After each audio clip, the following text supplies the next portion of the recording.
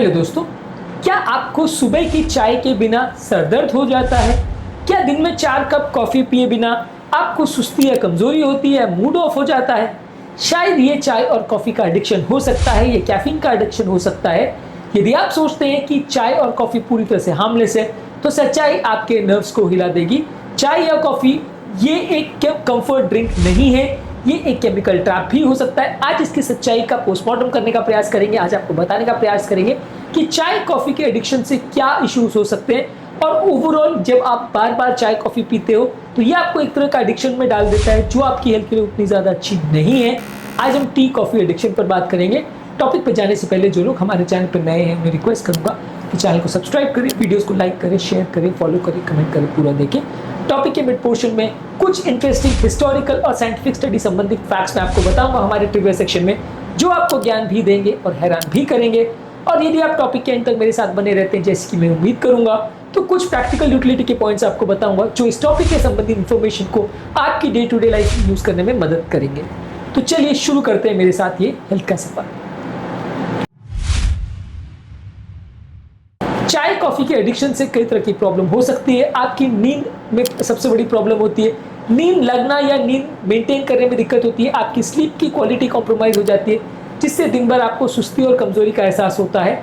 इसके अलावा आपके हृदय की गति अक्सर बढ़ जाती है। इसके अलावा आपकी कई बार धड़कन बढ़ने से पैल्पिटेशन जैसी एहसास आपको होती है।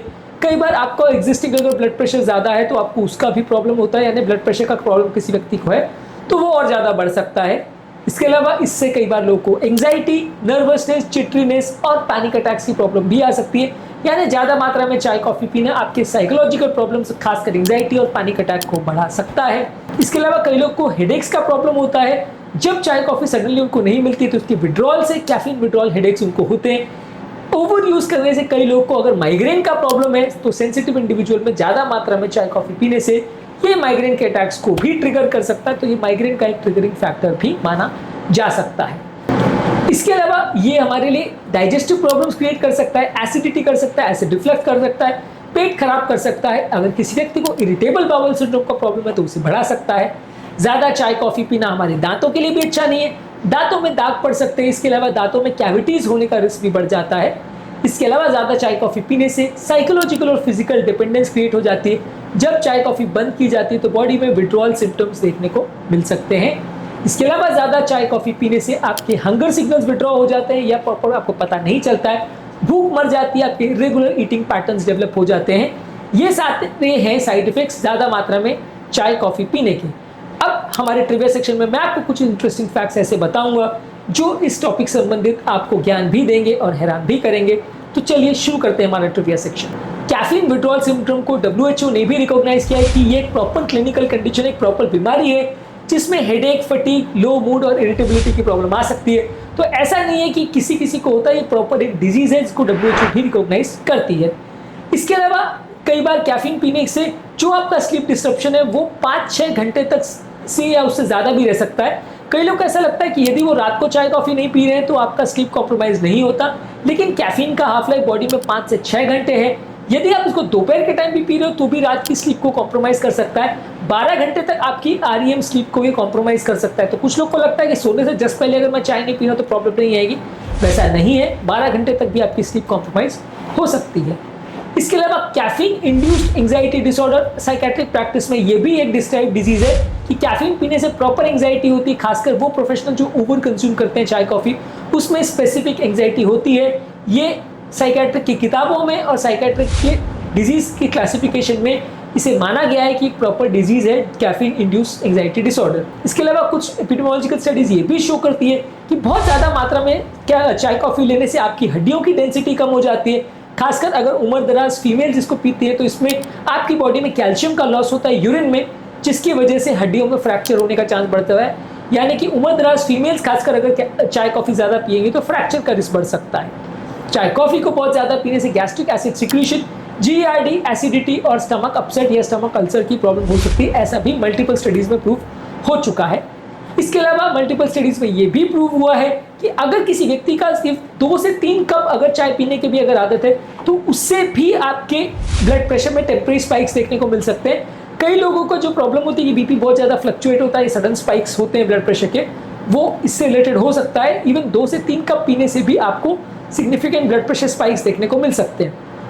बहुत ज़्यादा मात्रा में यदि आप कैफीन ले रहे हैं, यानी दिन भर में 400 मिलीग्राम पर डे से ज़्यादा आप कैफीन ले रहे हैं, तो डेंजरस रिदम प्रॉब्लम्स क्रिएट कर सकता है, अरिथमियाज हो सकते हैं, एट्रियल फिब्रिलेशन और टैकीकार्डिया भी हो सकता है।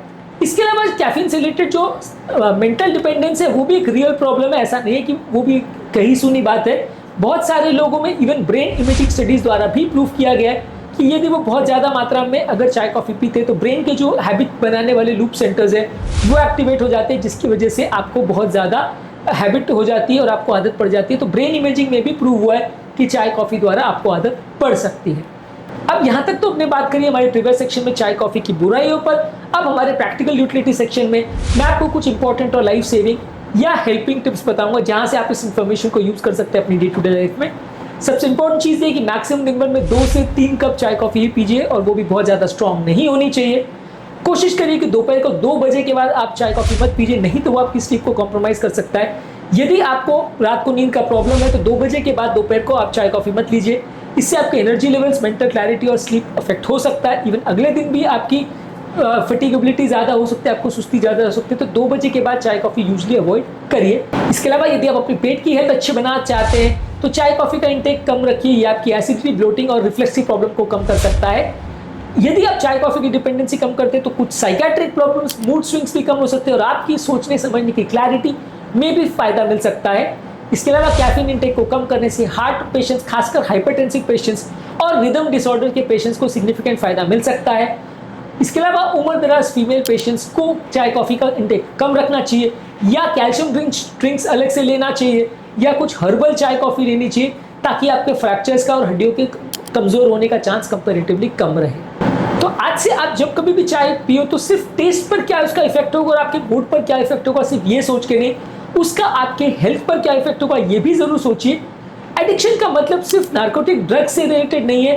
कैफीन भी आपको धीरे धीरे करके एक नशा कराता है, उसकी आदत डला सकता है, जो कि आपके लिए नुकसान कर सकता है। आज से चाय कॉफी को पीते समय हमेशा ही ध्यान रखिए कि वो हमारे टेस्ट और मूड पर क्या इफेक्ट रख रहा है। इसको ध्यान देने के बदले ये भी ध्यान दीजिए कि वो हमारी हेल्थ पर क्या इफेक्ट करता है, हमारी हेल्थ पर उसका क्या दुष्प्रभाव हो सकता है, इसको भी ध्यान रखिए। एडिक्शन होने का मतलब खाली नार्कोटिक ड्रग से रिलेटेड नहीं है। कैफीन भी आपको धीरे धीरे करके एक आदत डाल सकता है और धीरे धीरे करके एक तरह का नशा उससे भी डेवलप हो सकता है। तो अगली बार जब भी आप चाय कॉफ़ी पीजिए इस बात को ध्यान रखिए, हर चाय का पिया जाने वाला एक सिप आपकी बॉडी के लिए एक सिग्नल है कि आपकी बॉडी का एक तरह का एक नशे का सिग्नल है जो आपकी बॉडी को एक प्रॉब्लम की तरफ धकेल सकता है। इसलिए चाय कॉफ़ी पीने से पहले और खासकर ज़्यादा मात्रा में चाय कॉफ़ी पीने से पहले ज़रूर इस बात का ध्यान रखें। कमेंट सेक्शन में आपके कमेंट्स इस टॉपिक के बारे में जो भी हैं वो हमें लिख के ज़रूर बताइए। आपके कमेंट्स का इंतजार रहेगा। उम्मीद करूँगा कि आज के टॉपिक में कुछ नई बातें जानने को मिली होगी। जो लोग हमारे चैनल पर नए हैं उन्हें रिक्वेस्ट करूँगा कि चैनल को सब्सक्राइब करें, वीडियोज़ को लाइक करें, शेयर करें, फॉलो करें, कमेंट करें, पूरा